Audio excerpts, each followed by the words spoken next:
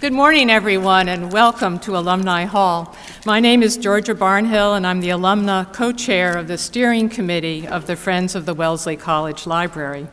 On behalf of all of those who have made this morning's program possible, particularly Eileen Hardy of the library, Katie Wright and Kimberly Hokanson in the Office of Resources, the staff of the Albright Institute, Special Events, Library and Technology Services, and the Friends Steering Committee, I thank you for coming to this event. It truly takes a community to bring such an event like this off. The Friends of the Library support the libraries at Wellesley, and I hope that many of you who are not members will join us in this effort, and I know some of you have taken information. We are truly privileged this morning to have the opportunity to hear former Secretary of State Madeleine Albright, the class of '59, talk with the Provost of the college, Andrew Shennan, about her memoir, Prague Winter. Professor Shennan is Professor of Modern European History and a specialist in World War II Europe. Their discussion will last about 30 minutes, after which Secretary Albright will entertain questions from the floor about her book or any other aspect of her life. She's very open, and last night's discussion was charming. Just before 11 o'clock, I will call the last question, following which Secretary Albright has graciously agreed to assign copies of her book in the ballroom downstairs. Copies are available for $30 each, cash and checks only. And I would like to remind you to please turn off your cell phone ringers. And if you are interested in using Twitter, the hashtag for the event is Prague Winter, one word. I now welcome President Kim Bottomley to the podium to introduce Secretary Albright.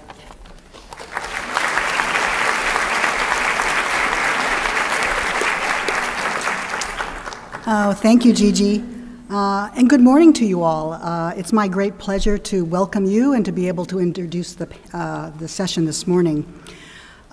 It's wonderful to see so many people gathered here in this, for the special event and in this really special building.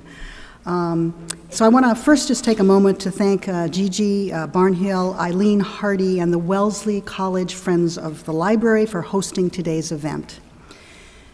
Now it's my privilege and pleasure to introduce our guest of honor, the 64th U.S. Secretary of State, Madeleine Korbel Albright. Secretary Albright is, of course, no stranger to this campus. A political science major and a graduate of the Wellesley College class of 1959, she went on to earn master's and doctorate degrees from Columbia University's Department of Public Law and Government, as well as a certificate from its Russian Institute.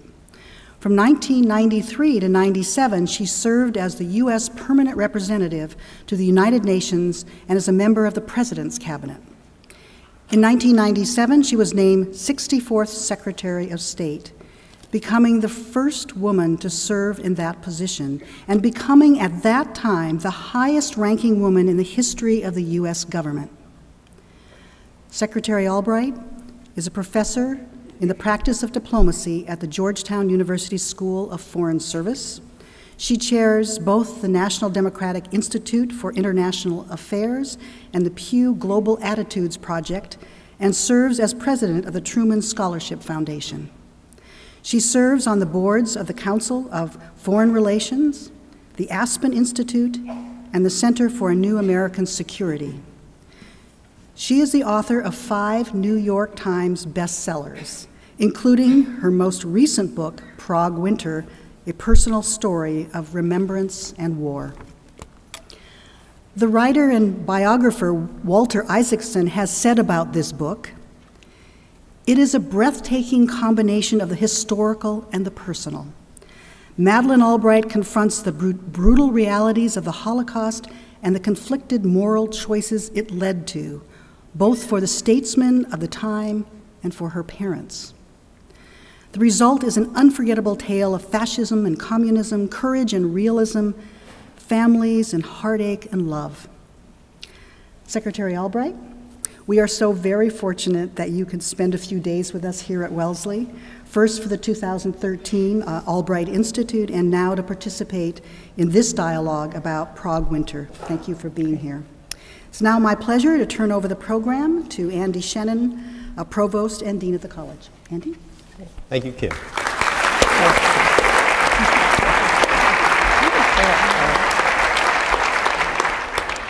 Thank you, President Bottomley. Thank all of you for being here today. It's such an honor and a pleasure to have an opportunity to talk with Madeleine about this powerful book that she has written. For many years at Wellesley, I have taught a course on the theme of collaboration and resistance in Europe in the period of the Second World War. I wish I'd had this book to use because it really touches on the themes that are most central to that issue. What I'd like to do to begin the conversation would be to ask you, Madeleine, what brought you to write the book? Why did you write it? Why did you write it in this remarkable way, combining the personal and the historical? Great. Well, first of all, President Bottomley, thank you very much. It's always good to be at home. This is terrific, and I'm delighted to be here, and Andy, very happy to be grilled by you, a most knowledgeable person, so I'm delighted. Let me just say, I start the book out by basically saying that I was 59 years old, and I thought that I knew who I was, where I'd come from, and the country where I was born. And it was evident, as various things were revealed, that I actually did not know all those things. What happened was I was raised a Catholic and married an Episcopalian and found out I was Jewish. When I first became ambassador to the United Nations and was a public figure, I all of a sudden started getting letters from people, mostly saying, I'm a relative, send money and a visa. Or people would say that they had known various members of my family at various times with the wrong, for somebody said they'd gone to high school with my father in 1915, which would have been impossible since he was born in 1909, or a number of different things. And among the letters, they would say that they knew some member of my family for being Jewish. So then what happened in 1996, just as I was being vetted to be Secretary of State, I got a letter from somebody that had all the names right and the dates right and the villages right and everything, saying, my family knew your family, and they were a Jewish family. So I was called into the White House Council for the vetting, and they asked all the normal questions like, have I paid my taxes and did I have a nanny? And so then at the end they said, we ask this question of everybody. Is there anything that we haven't asked you that you might want to tell us? And I said, well, it's perfectly possible. I'm of Jewish background. And they said, so what? The president is not anti-Semitic. So over the holidays, I was with my 3 daughters and their husbands, and I said, well, I've got this letter. This is what I think is possible. And my youngest daughter's married to a Jew. They all thought this was a fascinating story, and they were always loved my parents and just thought that life was complicated for them, and they just added this to the story. So then, one of the things you're not allowed to do between the time that you've been nominated and the time you're confirmed is talk to the press. And there was a man, a reporter from the Washington Post, Michael Dobbs, who wanted to do a profile of me. So my office gave him the names of various people. And so the first week that I actually was Secretary of State, he came into my office and started showing me these completely horrible documents, which are the cards the Nazis made as they sent people to concentration camps. And he showed me those and photographs, and he said, do you realize how many members of your family died in concentration camps? And I was just appalled. It's one thing to find out that you're Jewish, it's another to find out that huge numbers of your families have died. This may be hard to explain to people at this point, but people really wondered whether a woman could be Secretary of State. And so I had to prove, I had to do the job. And the only way I can describe it is to say that I had just been asked by my country to represent us in a marathon race first time a woman had done that, and then be given a very heavy package and told to unwrap it while I ran. That's the only way I can describe it. So I asked my brother and sister to go to the Czech Republic and begin to look at all these issues. And they were helped very much by a wonderful man who was head of the Jewish community in Prague. And so some of the story began to the pieces put together. I went to the Czech Republic that summer, began to look into some things, went to the Pinkas Synagogue, where in fact my family's names were on the wall. But it was just kind of the beginning of the story. And so after I'd written the other books, I thought it was really useful to go back and try to sort it out even more and place it within context. So the book is really written in 3 layers. The first layer is the inner story of my family. My father was a Czechoslovak diplomat of a very interesting generation, because Czechoslovakia was a country started in 1918. And he was of that first generation of young diplomats representing a new country, and they thought of themselves as patriots. That was their major thing, or as Czechoslovaks.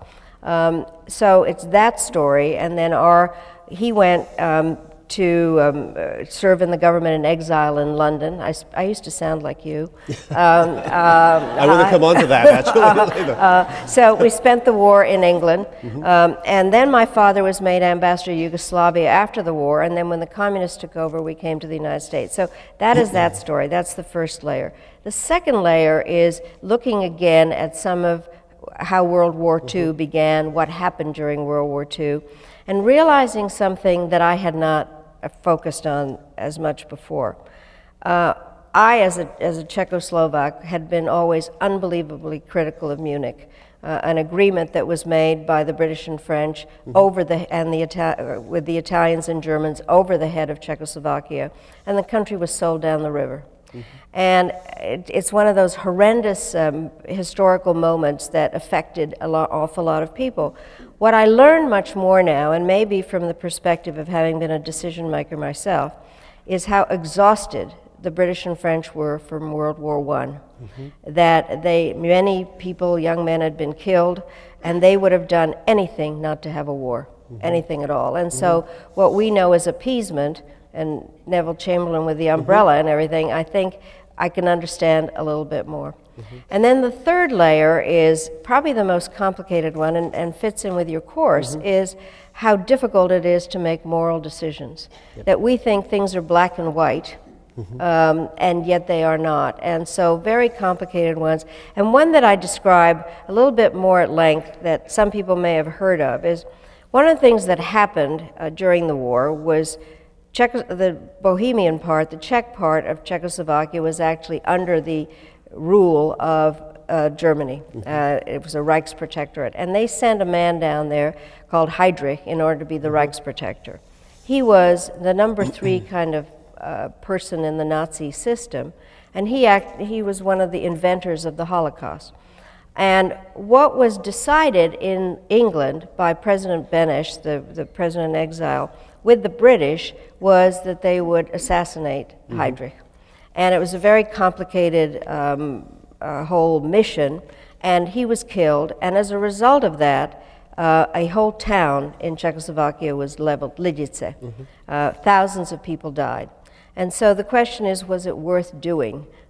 Here, the number 3 Nazi, the only assassination during World War II, and yet this many people died, and was it really worth it? And so I examine those kinds of decisions. So it's that triple-layered book. If we could maybe pursue that third layer a little bit more deeply, the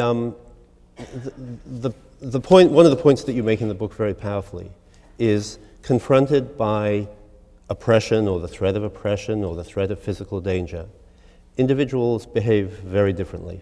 Some people succumb to it, some people resist. Is there any rhyme or reason to that from your telling of the story? I think that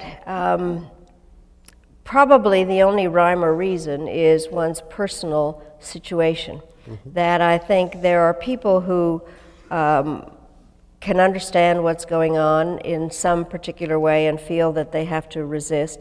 And let me just interrupt here myself on this. I have gone, as I said, I barely spent time in Czechoslovakia as a child, but I was brought up in many ways as a Czechoslovak who lived in America.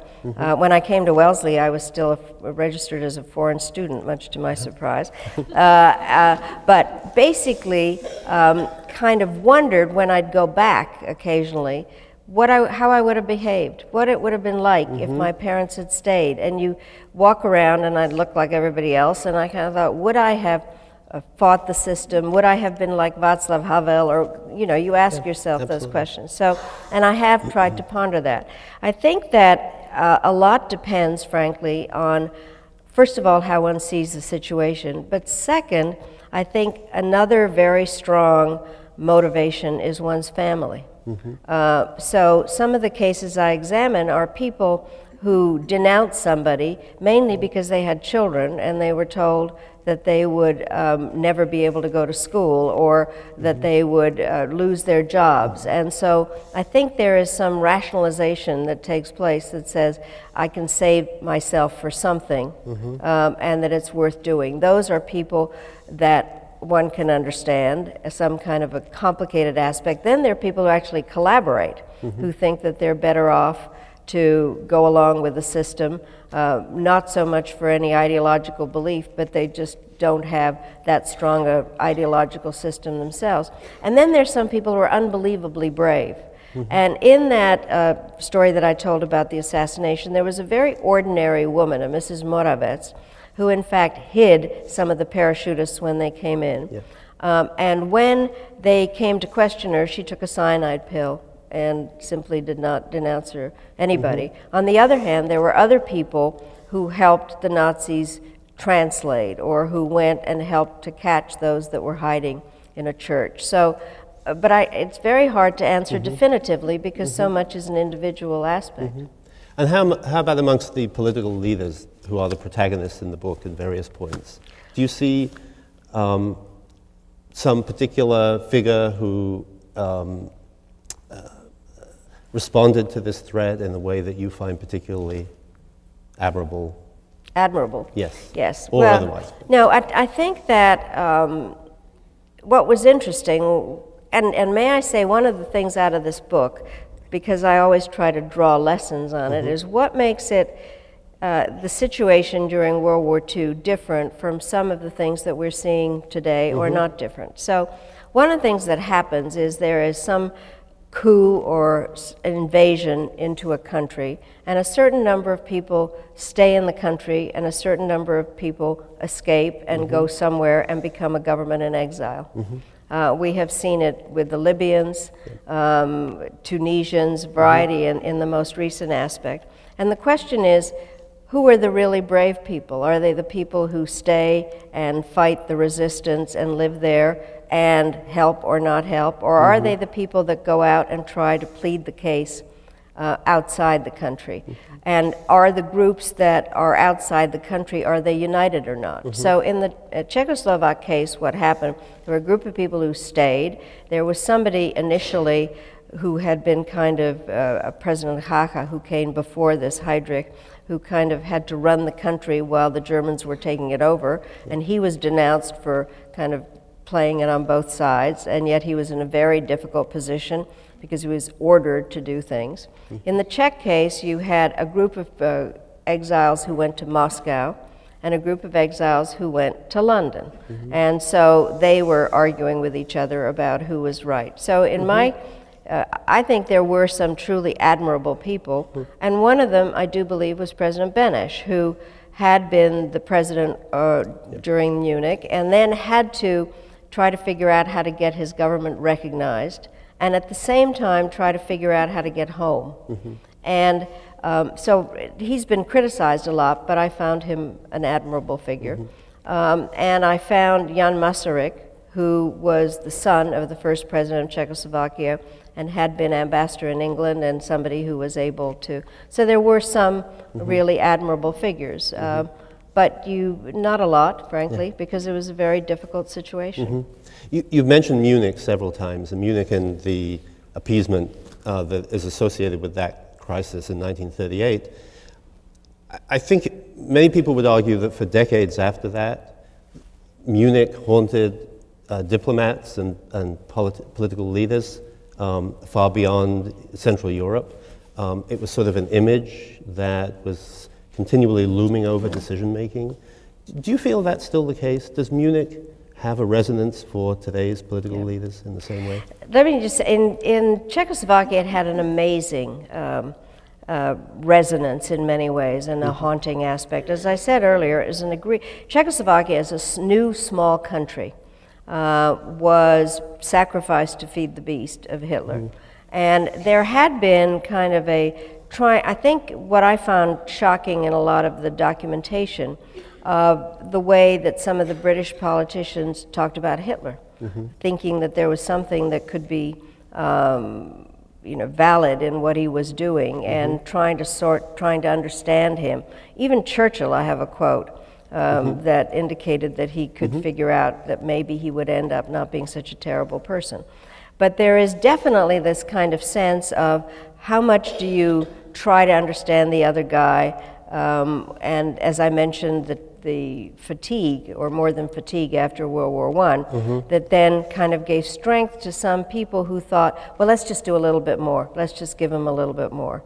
And Munich is the epitome of when they gave everything and thought, well, and the main statement, and it haunts many things even today, when Neville Chamberlain, the British Prime Minister, said, why should we care about people in faraway places with unpronounceable names? So there was this kind of sense of, what business is it of ours? So basically Munich is viewed as kind of the epitome of not caring about anybody except yourself. I am probably, the other thing that haunts it in a different way, and I mentioned President Beneš and the fact that there were some exiles in Moscow, is the myth began that the West didn't care about Czechoslovakia. It had had an alliance with France, a non-aggression treaty, that if Czechoslovakia were invaded, France would come in to save them. And then the Soviet Union at the time said if the French had come in, they would come in too. So the French didn't go in there. The Soviets always had the excuse, yes, they would have come in. And so one of the reasons Beneš began to mistrust the West and be willing to deal with the Soviet Union had to do with the hangover from Munich and a sense that he was better off. And Beneš came back to Czechoslovakia ultimately through Moscow. So it was that. But I think it continues to have a hangover, and I might say in my own case, because one of the things that I really came with the lessons of Munich when I was in government, slightly older than some of the other people who came with the lessons of Vietnam. So you had the Munich syndrome versus the Vietnam syndrome. The Munich one being you have to stand up to evil, and the Vietnam one being let's not get involved in a quagmire. And we argued that case out a lot during the Balkans. Turned out that I won. So, but the bottom line is, it is something that I think is a haunting aspect in terms of how much, how long you give in, do you try to compromise, what do you compromise over, and what responsibilities do we have for people in faraway places with unpronounceable names. Even in the post-Cold War world, you think it's still, yeah, that's great.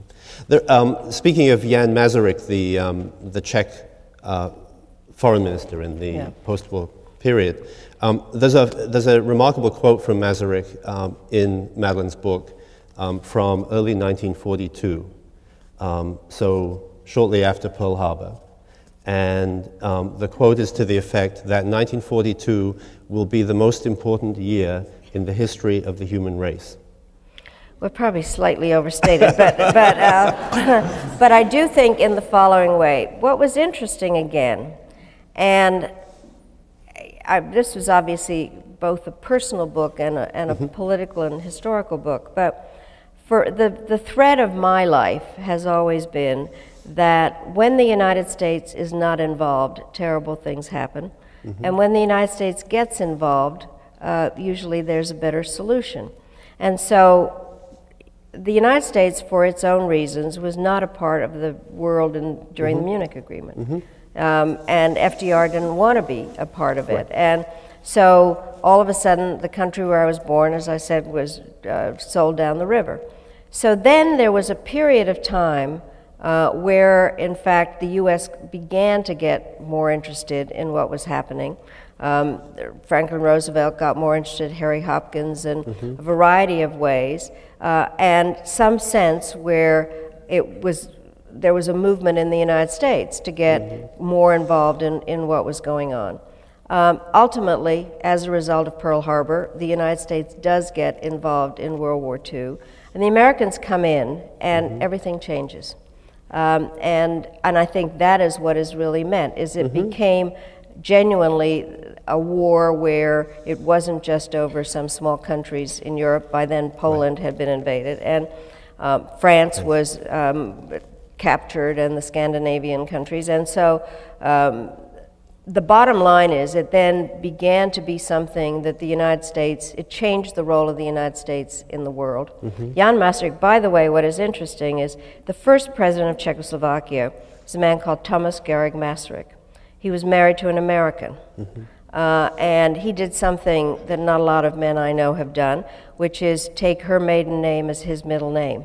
And they got married in the last quarter of the 19th century. And by the way, the Czechoslovak Constitution was modeled on the American one, with kind of a major exception in that it has equal rights language in it, written in 1918. So Jan Masaryk was half American. And so I think he understood what the role was and what it meant to bring the United States in. Then what happened was, after World War II, as a result of these earlier agreements, the Americans did not liberate Czechoslovakia. They only got kind of 45 miles in with Patton. And then, because of agreements made, the Soviets, quote, liberated Czechoslovakia. So that kind of works with my theme about America being involved or not, and the 1942 statement, I think, relates to that. One of the most, I think, fascinating sections of the book is the one where you describe the way in which Czechoslovakia, which at the beginning of the post-war period had a chance perhaps to maintain its independence, gradually fell into the Soviet orbit. And one of the most famous milestones in that story is the one involving Masaryk's death, which at the time was a huge international scandal or story. Anyhow, perhaps you might share. Well, what happened was, it's a very complicated story in terms of what happened in post-war Czechoslovakia, because of some things I've already said, and partially because even during the interwar period, Czechoslovakia had both a legal communist party and a legal socialist party. It was a country that did not have, well, all the nobles had been thrown out the window in 1348, so basically it did not have a nobility, and it was a country where there was social conscience, justice, etc. But what was interesting, they had 5 political parties and was the only real democracy in the middle of Central Europe. So then what happens after the war, with all what I've already said, the communists actually won the first election by a plurality in 1946. And the Social Democrats formed a government with them. And by the way, my class, when I was here, my honors thesis was about this man called Zdeněk Fierlinger, who was a social democrat. There was a term everybody used at that time. He was known as a fellow traveler, because he actually was a communist in disguise. And so there was a coup that happened, and a very complicated story I won't go into, but Jan Masaryk was the foreign minister. And he stayed on for a while, and he was a dedicated Democrat, but he was trying to figure out how to operate in this very complicated situation of a coup in February '48. In March, he was found in the courtyard of the foreign ministry and dead, and they said that it was suicide. My mother, who I'd met Jan Masaryk, as I say, when my father was the ambassador in Yugoslavia, the little girl in the national costume that goes to the airport to give flowers, that's what I used to do for a living. And so I met Jan Masaryk. I remember asking my father, why does he always have his right arm in a sling? And my father said, because he won't shake hands with communists. So, but basically, my mother never believed that he would have committed suicide. So there have been many investigations, and my life has been so peculiar in terms of circles of various kinds. When I went back to Czechoslovakia, the foreign minister at the time said, let me show you Masaryk's apartment, because he had an apartment in the foreign ministry. And initially what they had done there, the communists, was put a chair by the window so that it would look as though he had used the chair to jump out the window. And more investigations indicate that he was thrown out the window.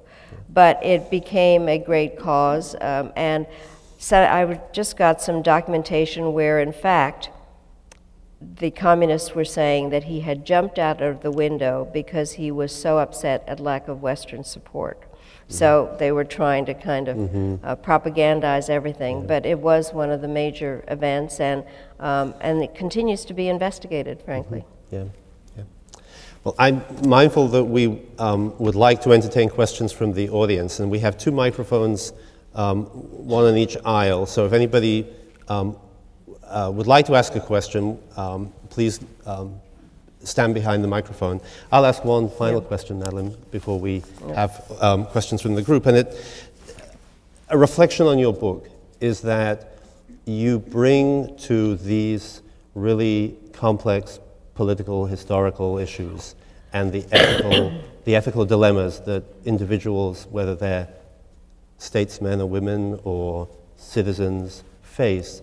You bring to the analysis of all that your deep experience as a decision maker yourself. And the book deals with extremely sad and harrowing stories in many respects. It's a very challenging period in Czech history and human history.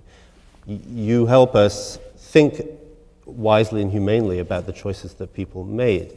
I just wanted to read for the audience something that struck me as you are passing all those sad and difficult stories. You say, the distinction that matters is not whether a story concludes happily, but whether there is at its core an affirmation that life has meaning. I sort of thought that was the ultimate lesson of the book. Is that well, I think, the stories in it are horrendous. There's just no question. And finding out about my family and other people's fate as a result of helping, standing up for what they believe in. I mean, it has some fairly compelling stories. But what I found most important is kind of the resilience of the human spirit.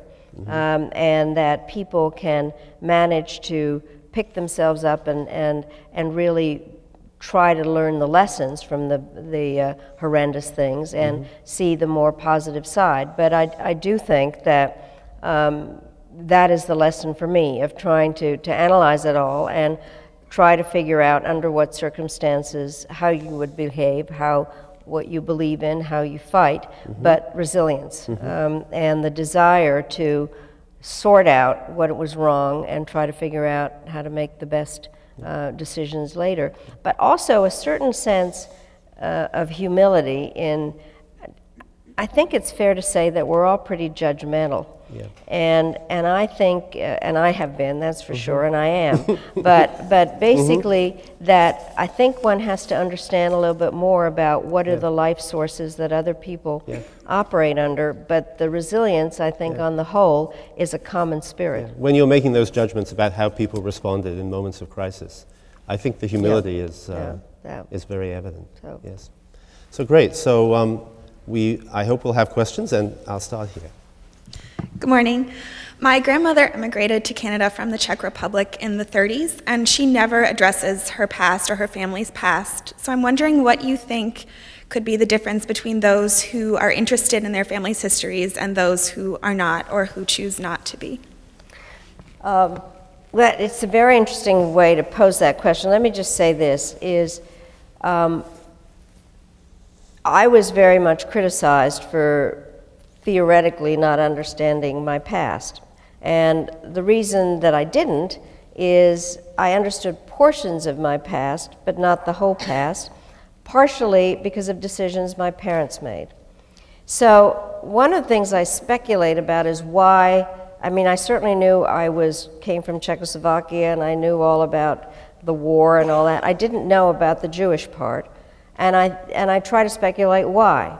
And partially I think it's because having come back after World War II and finding everybody dead, and then coming to America, there was a desire not to there was no way to fix it, no way to bring the people back to life. And also we had come to America for a new life, your grandmother to Canada, and I think that it's so painful. And the truth is, what I found, I don't know whether you'd agree with this or not, but to a great extent, many Americans did not go back and look at their past until roots. You know, all of a sudden there was this kind of sense of genealogy and going back and looking things, and I do think now there is much greater interest in looking at one's past. What has been interesting for me, even before I wrote the book, in between all of this, is the number of letters that I got from people saying, well, just now my grandmother thought she might tell me about our life, and my life is very similar to yours, and things like that. So whereas we had come out of a period where people did not want to talk about it, I think as there's more of it, more people find it of interest. But I have speculated about my parents, which was that we had come to America, we were living in Denver, Colorado, and why should they burden their children with such tragic knowledge, is my only sense. Thank you. Next. My name is Charles Bu, and professor of mathematics at Wellesley College. And Secretary Albright, I hope you are not tired of me, because I asked you a question yesterday here. So I came from the communist China about 30 years ago, and my great uncle was killed in the Japanese, Second World War, and I became a U.S. citizen just like you and Professor Andy Shennan. So I think we do share some similarities, except you have daughters and I have a son. So my questions are, when you arrived in New York City when you were like 11 years old, what was your most vivid memory of America? And the other questions are, will there ever be another country like U.S. as the land of opportunity for the immigrants? Great. Let me say, what happened was we came to the United States in November 1948. I don't have any kind of a harrowing story of having escaped communism through barbed wire or anything like that. My father was a Czechoslovak diplomat whose last assignment was to represent Czechoslovakia at the UN to deal with India and Pakistan on Kashmir. So we came to the United States on diplomatic passports on a ship very well named the SS America. And for me, the most vivid memory in arriving was going by the Statue of Liberty. We didn't come through Ellis Island because we were coming in as diplomats, but that picture of that statue in the harbor really is obviously etched in a lot of people's minds, but for me it was the most vivid memory. We then moved to Long Island, to Great Neck, Long Island, because the UN was at Lake Success. And then my other really vivid memory was my first Thanksgiving in America. And I did speak English. We were all singing "We Gather Together," and all of a sudden I heard somebody asking for God's blessing, and I thought, who's that? And I thought, well, I was asking, so I didn't want to stand out from anybody else, so I began to ask. And I more than anything wanted to become an American, just a plain American. And I did everything I could to do that. It was not simple because we moved to Colorado, and my parents were not so great in the blending in department. My mother was a completely delightful nut, and she actually read people's palms at dinner parties. And would say to a man who was sitting next to his wife that he would have a mysterious affair.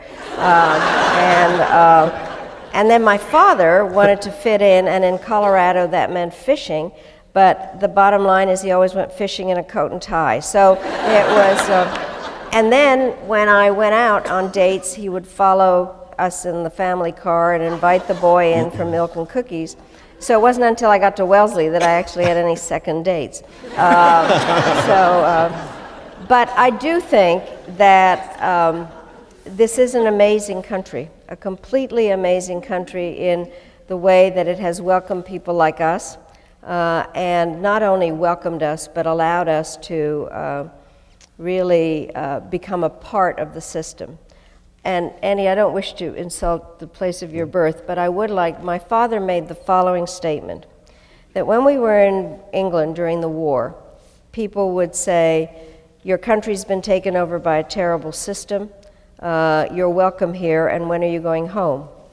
And when we came to the United States, people said, your country's been taken over by a terrible system, you're welcome here, and when will you become a citizen?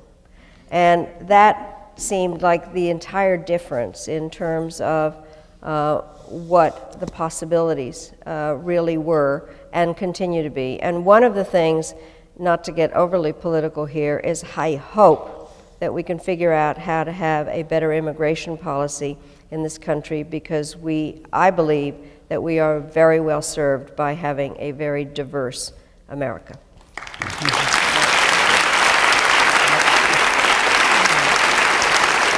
Thank you. You know, my favorite story to my Wellesley students was, you know, when I came to the U.S., I only had $50 with me. Thank you very much, Madam Secretary.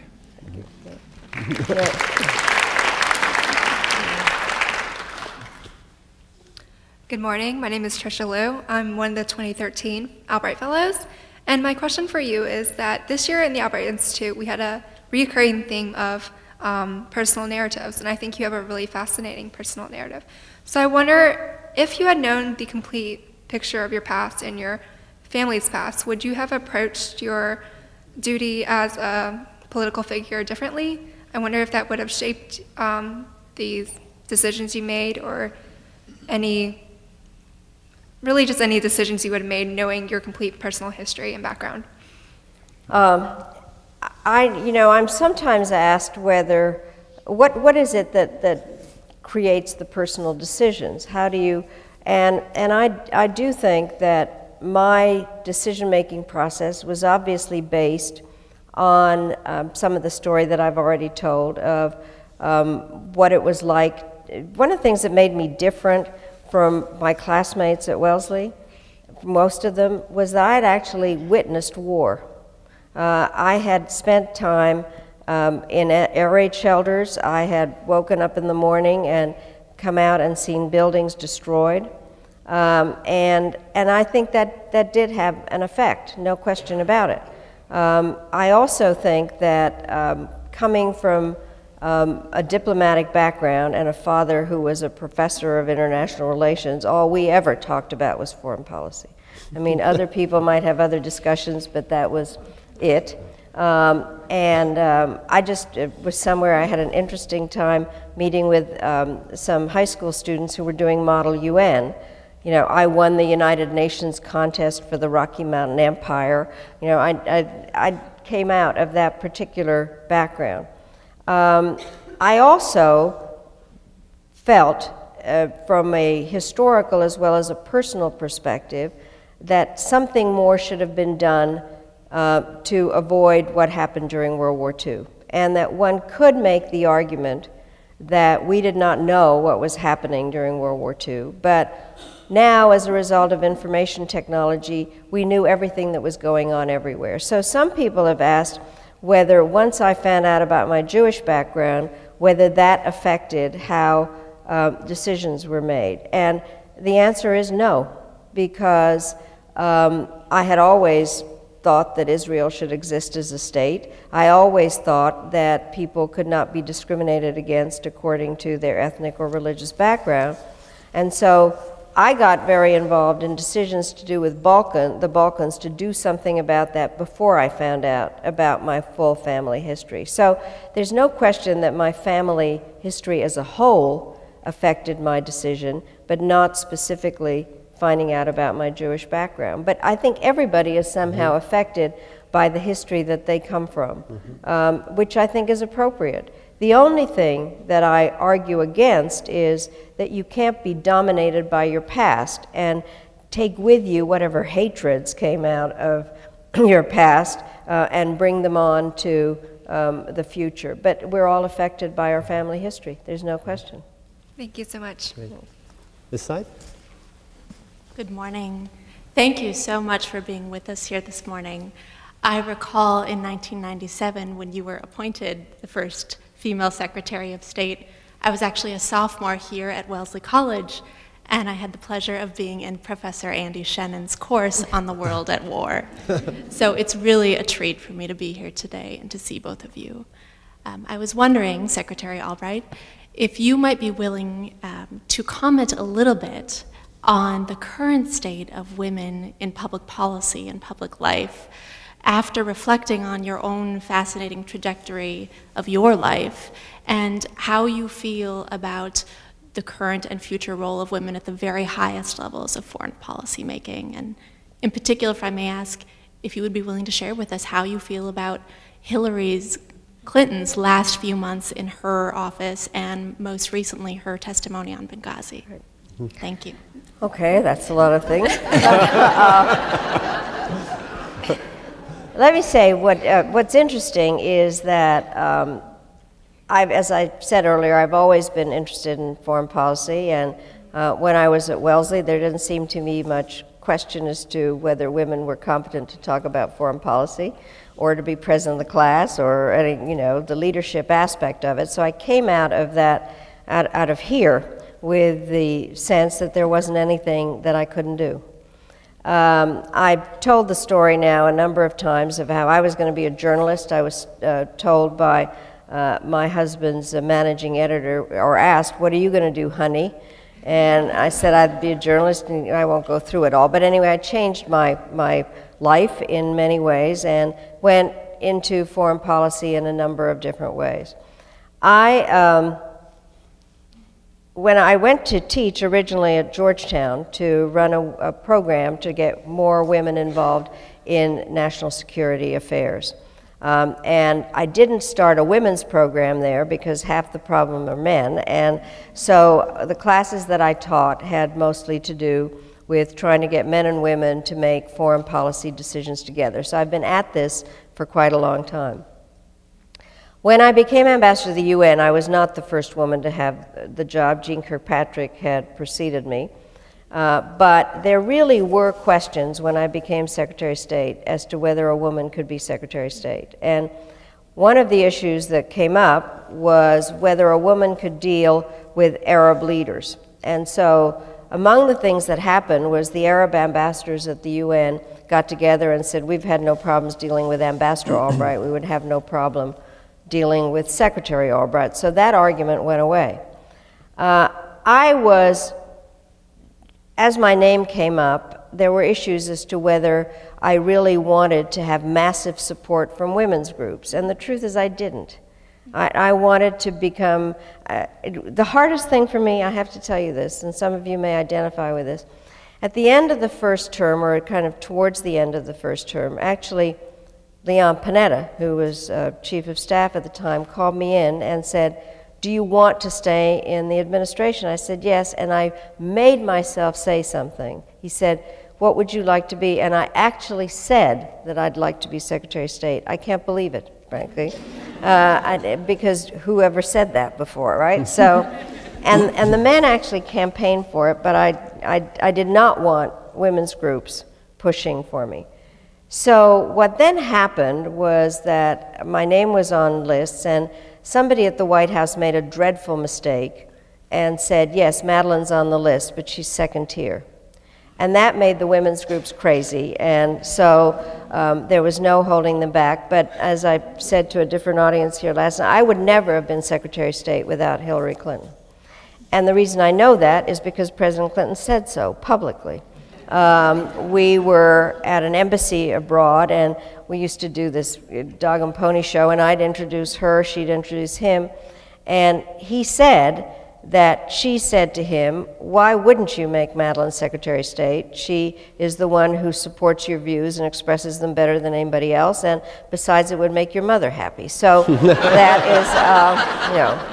And then she became an amazing partner in a lot of the things that we did as we went abroad. I think that women have added a great deal in terms of having more women come up through the ranks. Some of them my students, some of them from various women's national security groups, and there are also more women internationally, so that there's more working together. But it's not easy. It's not, it gets pushed back very quickly, and I think the hardest part is when we take for granted that this is a linear trajectory where more and more women become part of the national security aspect. So one of the things with Hillary, I think that I think she's a remarkable public figure, and I supported her for president before. I think that she was a great first lady, she was a great senator, and she's been a fantastic Secretary of State.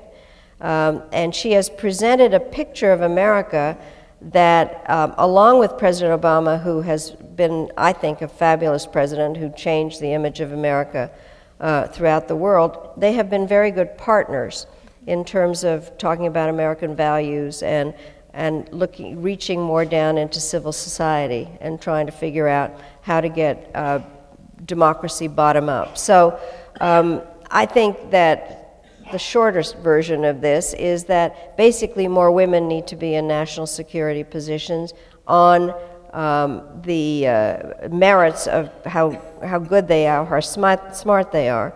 I will say the following thing with apologies is there is plenty, you know, men are judged differently than women in a lot of these positions. And I think one of the things I found when I became Secretary of State is I didn't have any problem with foreign leaders. I did arrive in a large plane that said United States of America, and they knew that if they were going to talk to the United States, they had to talk to me. I had more problems with the men in our own government. Not because they were all male chauvinist pigs, but because they had seen this very long career where I had been a friend of their wives, or the carpool mother, or a staffer. I had made so much coffee, you know, and had them over to dinner at my house and various things, and they thought, how did she get to be Secretary of State when I should be Secretary of State? And I think that still there's that kind of aspect. And I have to say there's plenty of room for mediocre men in the world. There's no room for mediocre women. And so the national, all women across the board just have to work harder and smarter.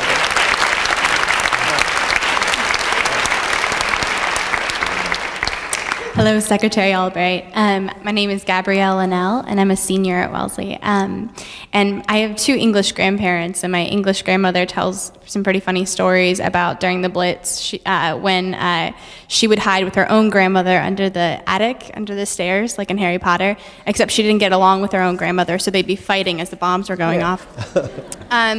And I've been so blessed to have this experience of having this personal contact with people who lived through World War II.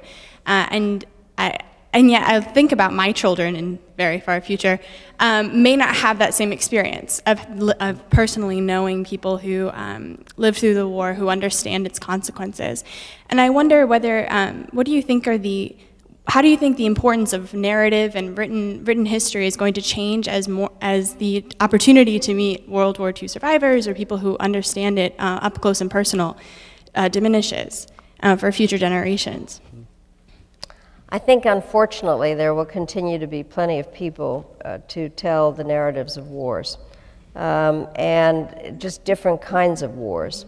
I think about all the people that have been fighting in Iraq and Afghanistan, and under very different circumstances of, you know, what's interesting is during World War II, one knew who the enemy was, and they were dressed in uniforms, and they flew airplanes that made terrible sounds, and we knew now, I think the narrative of people returning is that they can't tell who the enemy is. And so there will be that narrative, and lessons will be learned from that. And very different kinds of stories where people don't have time to get into an air raid shelter, and they are killed by somebody when they're driving up a road. So I do think there will be narratives and different ones. And probably, I think the hardest part in many ways, the stories from World War II and the GIs that were involved in that, it was the Great War and everybody knew what we were fighting for. And in many ways, the people that hear the stories from today have a much more complicated question. Who is the enemy? Who are the terrorists? And partially, when we fight terrorism, do we create more terrorists? How do we, I never liked the term war on terror, because the people who attacked us on 9/11 were murderers, plain and simple. And by talking about the war on terror, we make them warriors within their own societies and give them greater recognition. So I do think the narratives will be different, but also very searing and compelling, and you and your children, far in the future, will have to sort that out. Thank you. Yeah. Your father was a diplomat, and you became a diplomat. And I was wondering what lessons you learned from your father and what lessons about diplomacy you have to pass on to us. Yeah. Well, my father, it was interesting to not just watch him as a diplomat, but to read his books. And by the way, I have to tell you, life is very, very peculiar in many ways. Clearly, 2/3 of the women's Secretary of State went to Wellesley. One was my father's student, the third one. This is what makes such an interesting story, is my father went to teach at the University of Denver and ultimately became dean of the graduate school there of international affairs. And when he died in 1977, he was a really big deal by then in Denver, and flowers and tributes, and among them was a ceramic pot in the shape of a piano with leaves and things in it. And I said to my mother, "Where did this come from?" And she said, "It's from your father's favorite student, Condoleezza Rice." Her family was associated with the University of Denver, and she was a music major, hence the piano. And she took a course from my father, and he persuaded her to become an international relations major. She got her master's at Notre Dame and was working on her PhD with my father. So this African-American woman from Alabama, music major, was writing her dissertation about the Czechoslovak military. And so in 1987, when I was working for my long string of losing Democratic presidential candidates, I was senior foreign policy advisor to Michael Dukakis, and I called, I didn't know Condi at all, and I called her, and here's Soviet expert woman teaching on the West Coast, whether she'd want to be part of this group, and she said, "Madeleine, I don't know how to tell you this, but I'm a Republican." And I said, "Condi, how could you be? We had the same father."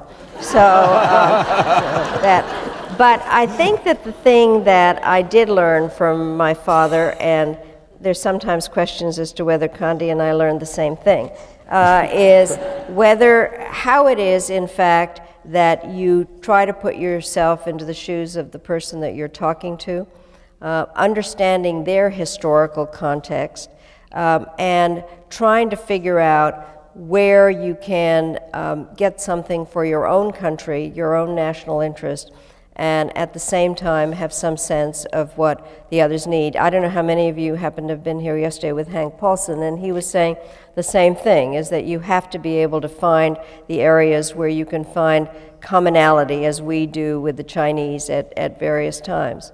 I think also that what is important, and what I like to pass on, is diplomacy is now a little bit different than when my father was practicing it. And by the way, he said that of all the jobs he ever had, the best was being a professor in a free country. So that was what he felt was his mission. But I think that now, with all the information technology, that diplomacy is a very different story, and a lot of more participation by the citizens of a country, which is why what Secretary Clinton going out and having town hall meetings and all that is very important, because as there are more democracies, they need support from the public. And the other part that I think is really important for diplomats today, and this is kind of advertising for the Albright Institute, is that diplomats need to understand much more than diplomatic history and even political science. They have to understand the societies that they're working with in terms of history, anthropology, religion, science, a number of different aspects, so that it's a much broader field than I think it ever has been. And then the hardest part, I think, is that there's so many players within the US government or any government that participate in diplomacy. I found very interesting in reading about Senator Kerry's confirmation hearings yesterday, making very clear about the aspects of the economy in terms of foreign policy. So I think it's a great field. I hope that many more, this goes to the previous question, many more women get into it and have that understand, and many Wellesley graduates that in fact have the capability of understanding the broad spectrum of what diplomacy is today. Thank you. Yes.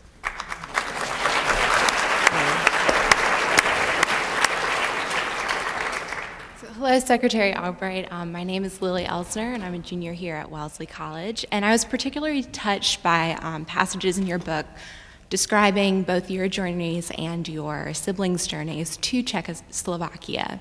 And here at Wellesley, we're really blessed to have both opportunities to travel abroad and see the amazing things that we've been reading about in our courses. And so I was wondering if you could talk a little bit about what, to you, the value of actually going to a country and traveling there and seeing the sights is, and whether it varies person to person, or what your perspective is. Well, I think there's nothing more important than actually going to a country.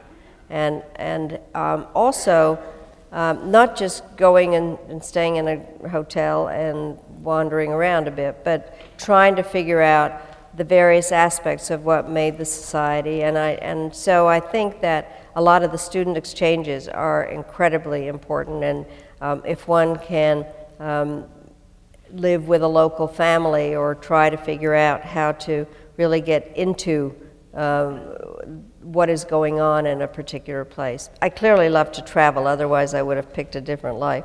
And I do think that you learn an awful lot. I also, this is not an easy thing to say, but I think it helps a lot if you learn different languages, that you then can not only understand what's going on as you look at sites, but literally understand what people are saying, and then be able to mingle more. I think it is useful to, and not everybody can do this, is not just go to school in a different country, but then try to figure out some way to have an internship somewhere, because you are a global generation in a way that boundaries are not there for you. One of the things I love to do when I travel, or I used to, is to get up early in the morning and just walk around a city and kind of absorb it as it wakes up. I love cities, and to really get a feel for the people and to put myself into their shoes. So I do think that semesters abroad or whatever experience people can have is vital to their understanding of the world. And I think also it's good to have a lot of foreign visitors in the United States, and then again, so we talked about immigration, but I think it's absolutely essential. I do speak several languages, and it goes back to the diplomacy. One of the best parts about that is that there is always an interpreter, because not everybody speaks the language, but it is great to be able to understand the language of the country that you're going to. I had the best time. I have to tell the story. The first time I went to Russia, I went with Geraldine Ferraro, and I thought I would not let them know that I spoke Russian. So I sat there, and they did all the translation, and then all of a sudden, there was something that was translated completely wrong. And I must have gone like that, and they said, aha, we knew you spoke Russian. And so I'm sure they had done it actually on purpose. Or I was in a meeting with President Yeltsin, and they were doing all the translating, and he said, stop the translating, she speaks Russian. So, but I think it does help in terms of understanding what's going on. So.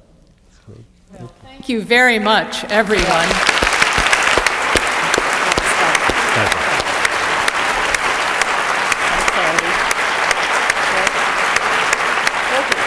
Thank you all very much.